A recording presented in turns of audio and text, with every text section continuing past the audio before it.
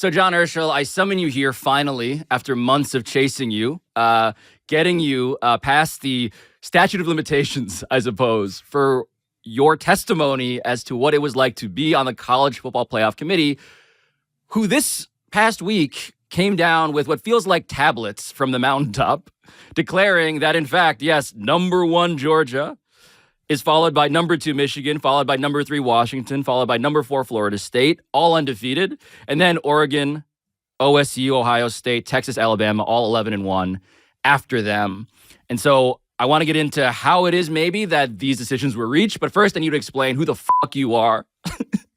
and why it is that behind you happens to be this chalkboard that you just wiped clear of suspiciously secretive equations. Right. Who am I? So I'm John Urschel. I'm a former NFL offensive lineman. My day job now is I'm a professor at MIT. I'm a mathematician. And I assume I'm here because I'm a former College Football Playoff Committee member. Okay, so I just got to be clear about this. Nobody has a resume like John Urschel. The guy played on the offensive line at Penn State, got drafted by the Baltimore Ravens, and while in the NFL playing, the highest level of football in the world, he simultaneously started taking PhD classes at the Massachusetts Institute of Technology. Arguably the highest level of mathematics in the world, which meant that John was studying J.J. Watt and also this. The only solutions to the differential equation dy dx equals k times y are exponential functions given by y of x equals y of 0 times e to the power kx. Yeah, I didn't understand a word of that, for the record. But the reason I called up John is not because he just became a full-time professor of mathematics at MIT last month at age 32. It's because for 3 years, from 2021 to 2023, he was a member of an even more incomprehensible institution, the College Football Playoff Committee. And so now that his tenure is over, officially, I wanted to find out what it's actually like to be a part of this thing. Maybe the most controversial and enigmatic voting body in all of sports. That's probably true. I feel like college football, for many who are not initiated into the cult of it, so to speak, is underappreciated as a matter of its hugeness. Like, this is the second most popular sport in America, John, and the college football playoff now, the culminating event of this whole enterprise, we're talking about $500 million a year as constituted presently in a TV rights deal with ESPN. And we're talking about, a math problem, therefore, in terms of how to apportion not just the money, but the slots available in a semifinal with 4 teams, a different sort of math problem that I'm curious how you got asked to help solve. Essentially, the way it works, it seems, is that they decide, the people in charge of the college football playoff, the sort of like, underlying board decides, and I imagine votes on who to select and who to nominate.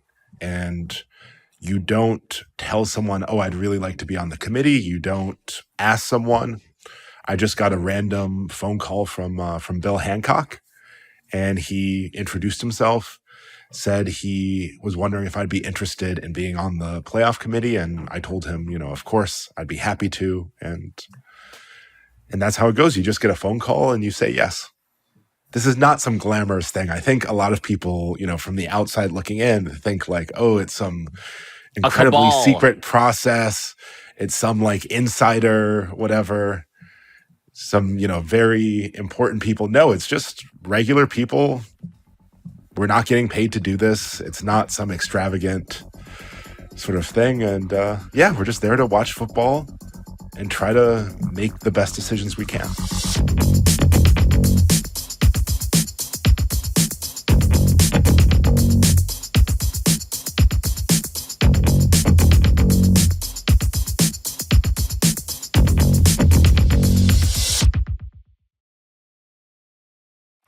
So you get drafted by the College Football Playoff Committee, is Yes. what I'm hearing.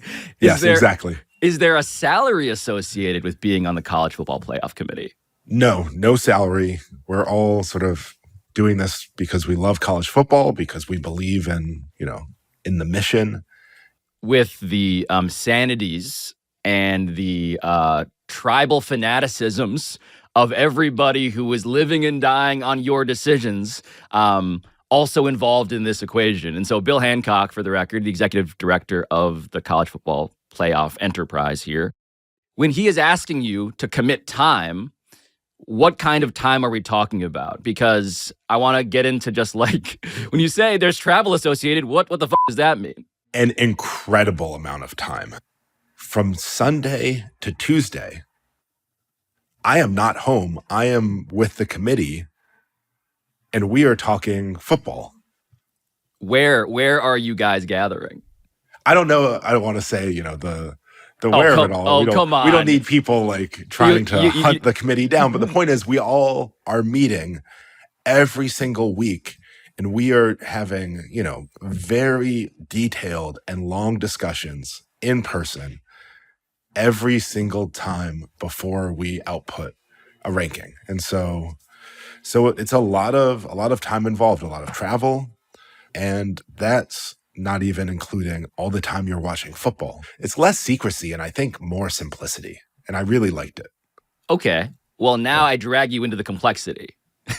Right. Well, okay. Now it's easy for me to talk about. I can tell you what I did, and it's I'm not on the committee. I'm not. I don't speak for the committee at all. Yes. You are an MIT professor who has a firsthand experience with the thing that replaced what I feel is a little ironic, which is a computerized system known as the Bowl Championship Series. And so in that, I guess explain, John, how college football used to be for people who don't know what it was like pre-playoff.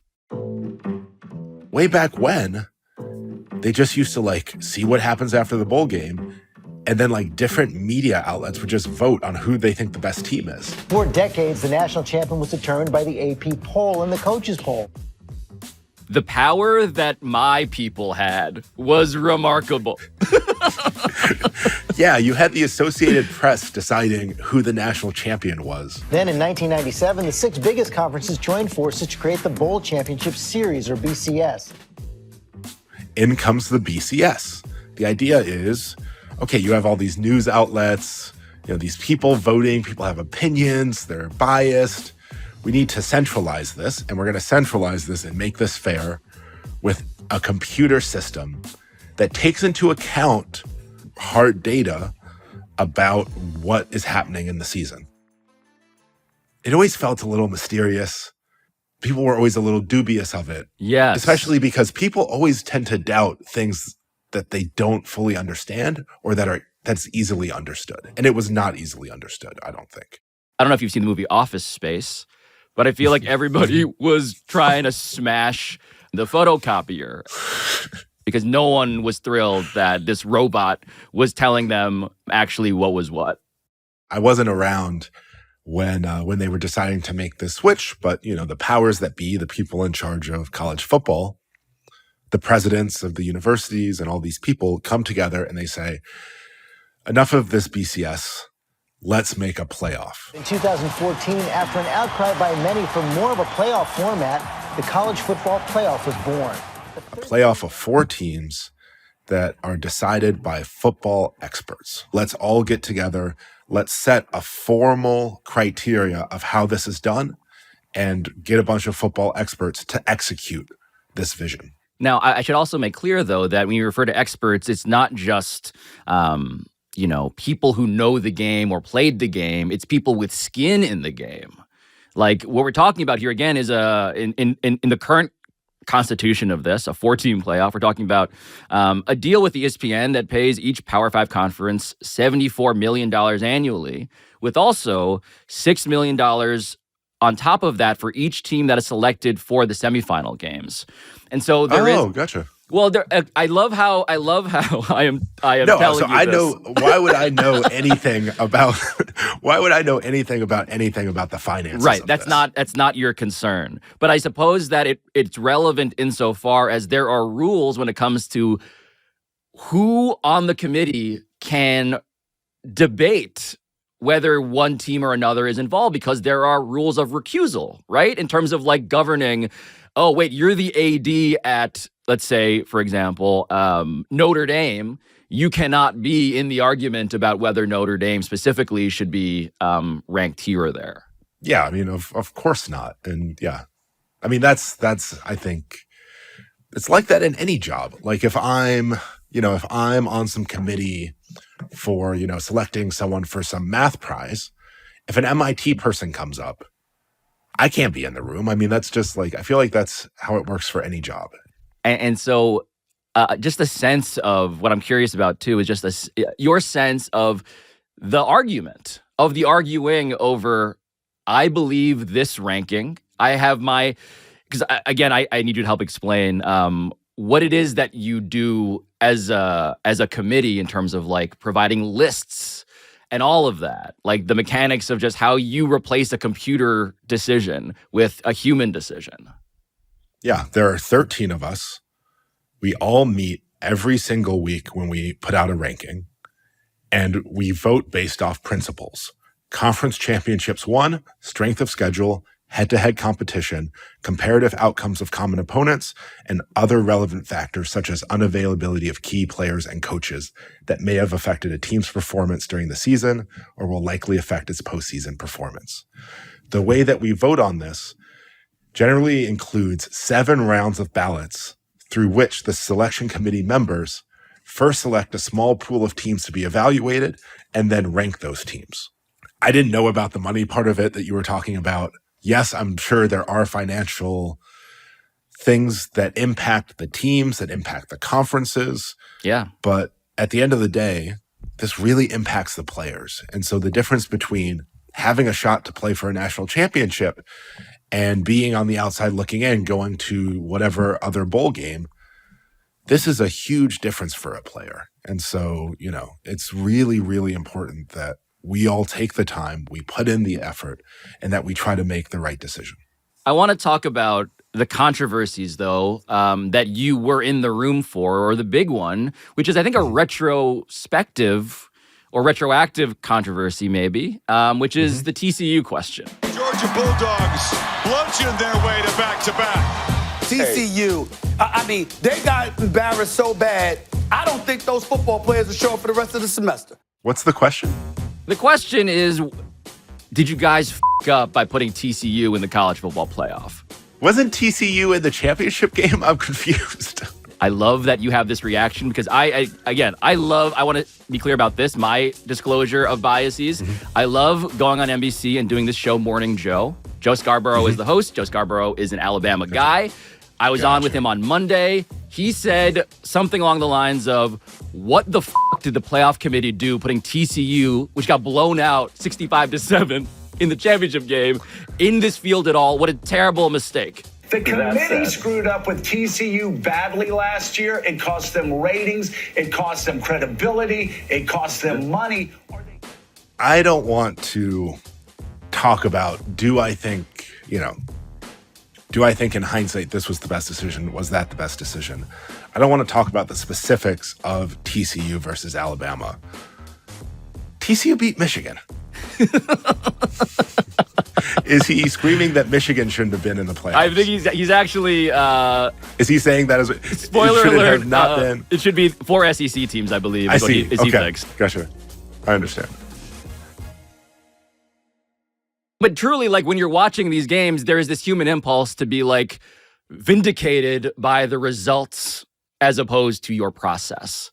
The idea of, if I'm a human being on this committee, yeah, I would like to not be made to be a fool by a team that I vouched for that then gets blown out by approximately 50 points in a championship game. And I imagine that's a difficulty for the actual humans making these calls on some level. I don't really have this difficulty, I don't think. I think the reason why I don't have this difficulty is that the way in which I'm evaluating these teams is really straightforward in the sense that I am given these principles of how I am supposed to select these teams, and I follow these principles to the best of my ability. And so it's actually not at all up to me, and I'm glad it's not, for me to decide what exactly should the rules be for deciding who the best team in the country is. Like, and how we decide what actually constitutes a top 25 ranking. Like, when you think about it for a little bit, it's murky. It's governed by sort of tradition. It's governed by cultural values. Well, I think the point that you're making, which is an undeniable one, is that these teams aren't actually playing each other by and large. Yeah. It's incredibly uneven. None of the variables are held constant by and large. And so these are imperfect decisions with imperfect data that are trying to arrive at something approximating fairness. And so you have these rules to create order out of chaos. To try to decide what's fairness, what's fair.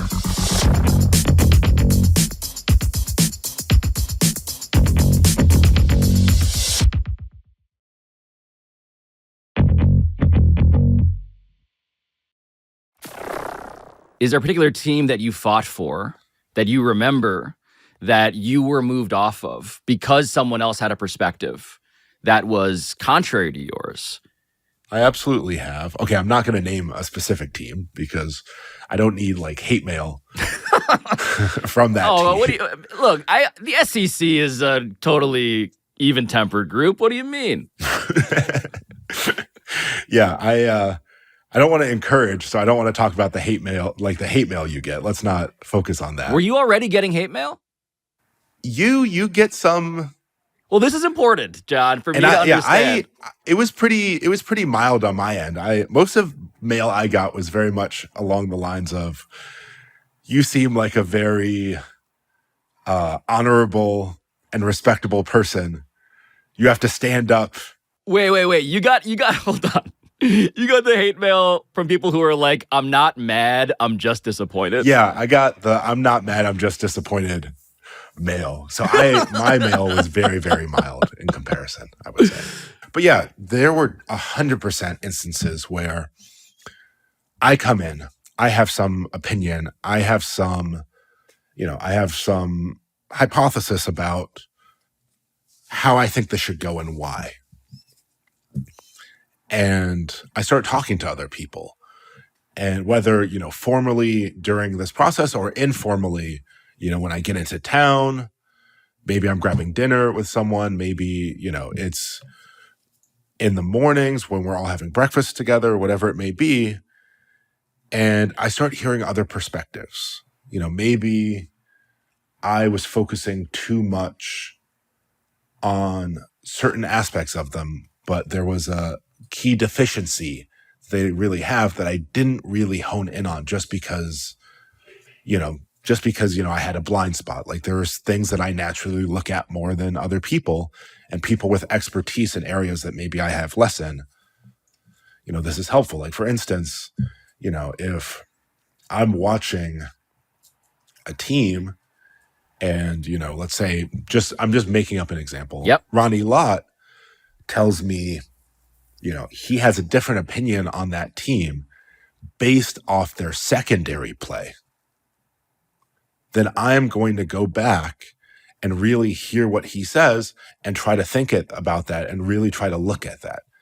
Yeah. How similar were your colleagues on the committee in their approaches? I guess what I'm curious about is just the diversity of oh, wow, this guy is the way he sees this is just very different. How much clashing was there? How much consensus was there at the outset of any given gathering?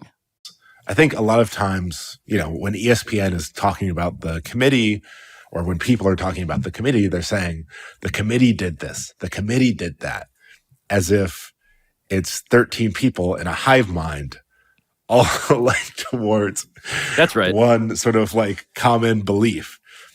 And it's 13 people and people with different perspectives and unique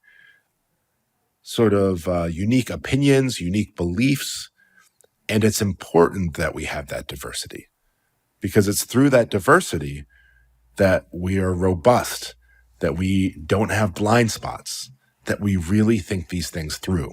Because when you have 13 people in a room and everyone comes in with exactly the same opinion and looks at teams and evaluates them exactly the same way, that sounds dangerous to me. What was most frustrating in terms of how people would think about what you guys were doing as you guys kept silent?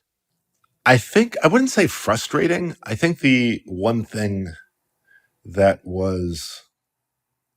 I didn't quite understand was I always got the sense that people felt like it was this very secretive thing and like they were trying to like get something out of me.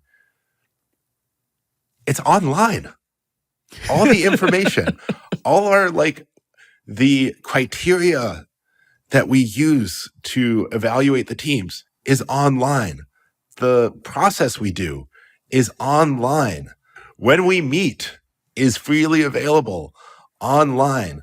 How we gather information from like conferences, like the point person system for gathering information from conferences about additional information that we wouldn't get through normal means is online. Like, I should say that even the location that I asked you about, which you did not want to disclose due to safety reasons, is that online as well? Yeah, the Gaylord Texas Hotel in Grapevine.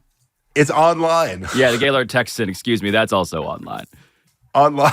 Like, I can feel you, John. You're inverting the office space metaphor that I threw at you before. You're describing this as if it is a mundane office in which you're processing pretty mundane details. first of all, I loved being on the college football playoff committee. This was a huge honor. This is, I really hold this in high regard, and I'm really honored that I had the opportunity to be on the committee. But at the same time, I want to stress this isn't like some secret society. You do wear robes, though. I presume you wear robes. There are torches. We get no robes. We don't. They don't even buy us robes. That's f***ed up. Can you believe that? I was promised robes. So on selection weekend, I think sometimes ESPN does B-roll of us watching the final playoff games together. Yep. And so we have a bunch of chairs set up with like all these TVs so we can watch all the games. And I remember one year, like, they show the video or they show the photo and like people were like kind of making fun of us on Twitter or wherever. Like, can't they get better chairs? The Gaylord Texan chair quality, substandard. Yeah, they were unhappy with the chair quality of what we were sitting in. The lumbar support. Yes, for the playoff committee. Insufficient lumbar support. So no, it's very mundane. It's very normal. It's very much like, yes, what we are doing is incredibly important and has huge impact. But at the same time, in part because what we're doing is so important and has this impact, it's important that everything that happens is, like clockwork, everything is structured, everything is ordered, and in that way, everything really is mundane in the best way possible. I do remember that B-roll. I do remember some of those like memes. I do want to ask you, though, why you think it is that fans on the outside presume that what you guys are doing is a lot like that photo of Barack Obama and Hillary Clinton, like watching the assassination of Osama bin Laden. I have no clue what photo you're talking about. Oh, you haven't seen this? We're gonna Photoshop you. We're gonna Photoshop you into this photo now. It's everybody like in the Situation Room, just like watching with the gravity of the assassination of Osama bin Laden on their face. So people assume from the outside that you guys are like up to stuff, and it should be like this: medals, laptops, hand on face. Why the disconnect then? How do you account for the vast disconnect? It's easy to believe that. I think it's so much easier to let your mind sort of like go wild about like what's going on in the background than to just like Google a little bit.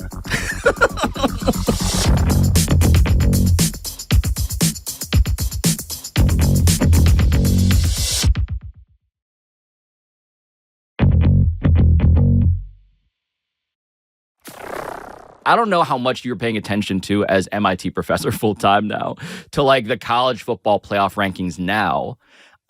Do you watch with interest? Are you now checked out? How does this work for an ex-committee member?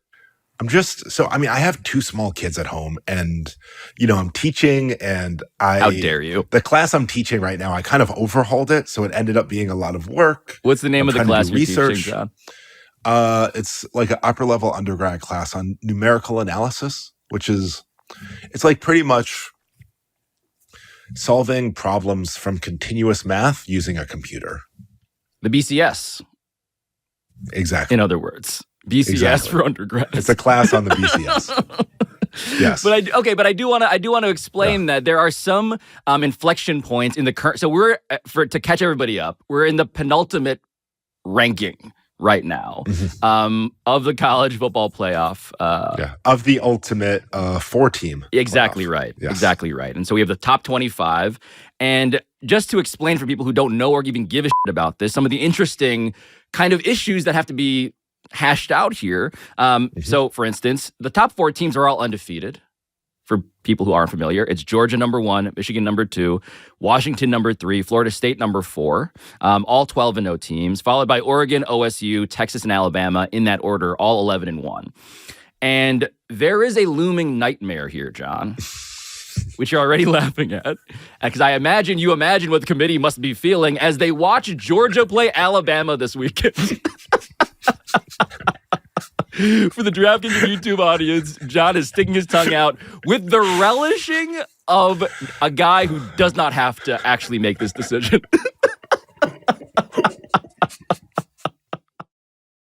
To explain the obvious, and it's obvious, we can talk about this openly. Georgia is the number 1 team in the country. Alabama is the number 8 team in the country. If Alabama beats Georgia, 2 11-1 teams, and they just happen to be some of the most fanatical institutions with tribes, as aforementioned, that's ever existed. And if Alabama beats Georgia, now chaos spreads across the land. And so, why are you laughing, buddy? One, I'm laughing because I'm not on the committee this year, but because it looks a little tough this year. Oh, yeah. I think you have 8 teams, 4 undefeateds, 4 one-loss teams.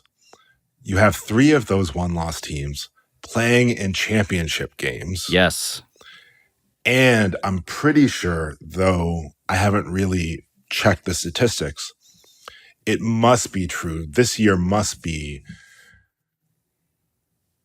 slightly an outlier in terms of how top teams have performed against their competition. It seems like it is indeed an unusual year. I imagine it is statistically unusual. I was just going to say, it feels like the hardest year in the existence of the College Football Playoff Committee when it comes to all of the things that are about to maybe change depending on who beats who. And a lot of those are head-to-head matchups among those 8 teams we just mentioned. Oregon and Washington, for instance. Texas looming. And so I guess as a human being, right, if I'm on this committee, my life is made so much easier if Georgia beats Alabama. When it comes to these sorts of things, I think the best thing to do is you watch the games. You can't control what's going to happen. And the thing you have to do is whether the outcome of the championship games make it fairly obvious, which some years there's a very natural divide that pretty much everyone in the country agrees with. Yep. And some years it might be more difficult. Who knows what type of year it's going to be this year? But the good thing is, no matter how easy or difficult it may be, there is a strong protocol in place, a strong set of guidelines and criteria to help guide the committee to make the right decision. And this is where I think it's really important. Okay, this is just my beliefs. Different people have different beliefs. I really believe that things are just always better when you have clear and understandable criteria and guidelines about what you're supposed to do when thing X happens. I'm always a believer in more guidelines, more instructions when it comes to dealing with important things. I am shocked to discover that the only MIT professor in the history of the NFL likes rules. Having rules allow you to be equitable. It allows you to make the same decision over and over and over again. Now, of course, there's always the question of, are the rules right? Should we change the rules? But I think coming together and agreeing on rules and then applying those rules fairly over and over makes it so much easier than people subjectively, deciding what the rules are. The sincerity of your pursuit of fairness is also undeniable to me at this point. And so I want to do something that college football does not do, which is appoint you in this hypothetical that I am drawing here. Populatory finds out exclusively. I'm appointing you the commissioner of college football, the college football czar, John Urschel. Okay. You get a robe, which is great news for you in this new job I've given. You're still unpaid. Because, come on. What can you do? What can you do? But what would you change? What would you do, right? So I give you a blank map upon which you can write your vision for how to make this better. And it's not just about playoff stuff. It can be about anything. As you put your hand to your beard, scratching your chin, what do you want to begin with?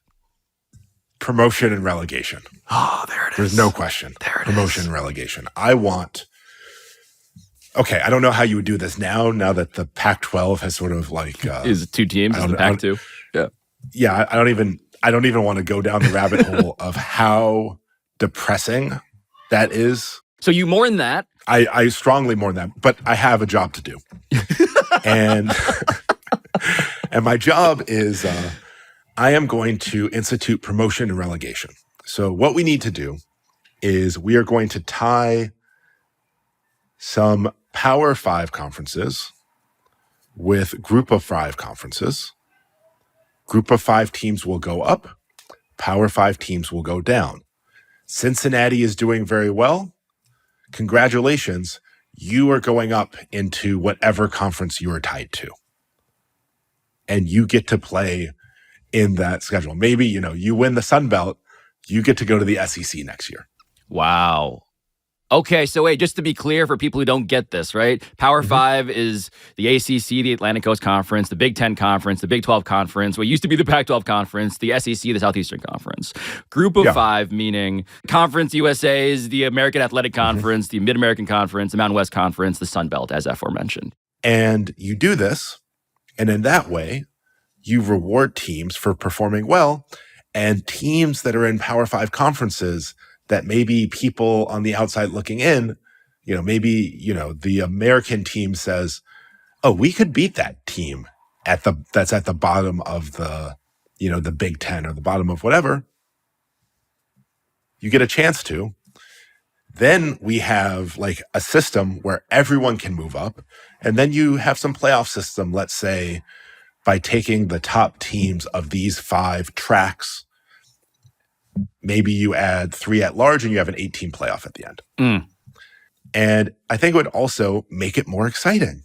Now, all of a sudden, if you're a Vanderbilt fan, yes, you are very excited at the games, near the end of the year.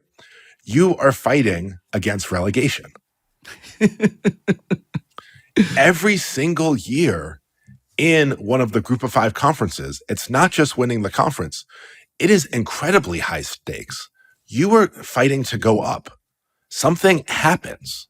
There's no ceiling. Whereas if you're a Group of 5 team, I imagine sometimes it must feel like there's a ceiling here because no doubt. You have to try to schedule strong non-conference games.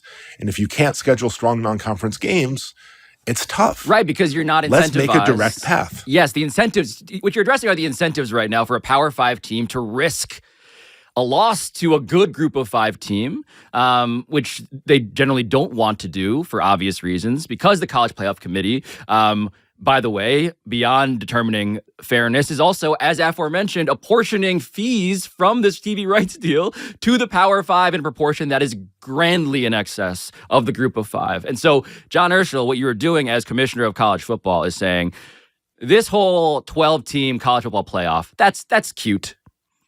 But I want to do something far more drastic here.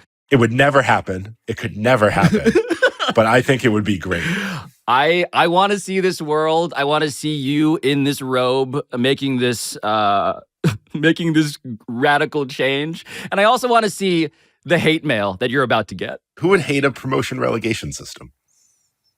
How could you hate a promotion relegation system? John, you're really asking how an Alabama fan could possibly hate a world in which they have to be in the Sun Belt? I don't think Alabama is ever going to be in danger of going to the Sun Belt. I think they will be fine. John, thank you for your rationality and also your insanity at the end here. I appreciate that. Yeah. No, you're welcome.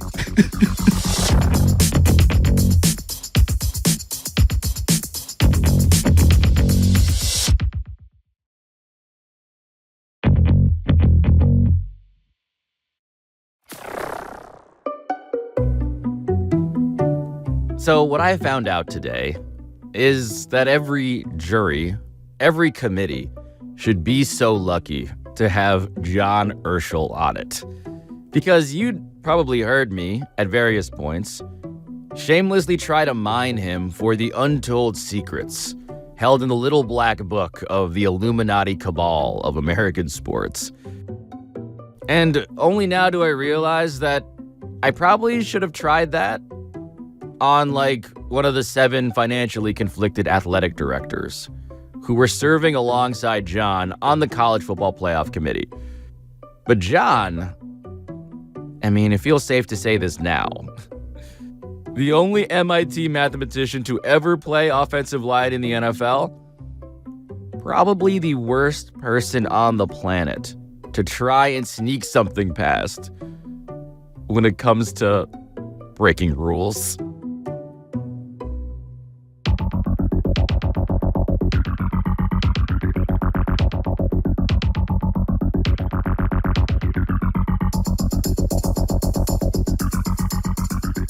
But speaking of a qualified committee, Pablo Torre Finds Out is produced by Michael Antonucci, Ryan Cortez, Sam Daywig, Juan Galindo, Patrick Kim, Neely Lohman, Rachel Miller-Howard, Ethan Schreier, Carl Scott, Matt Sullivan, Chris Tuminello, and Juliet Warren.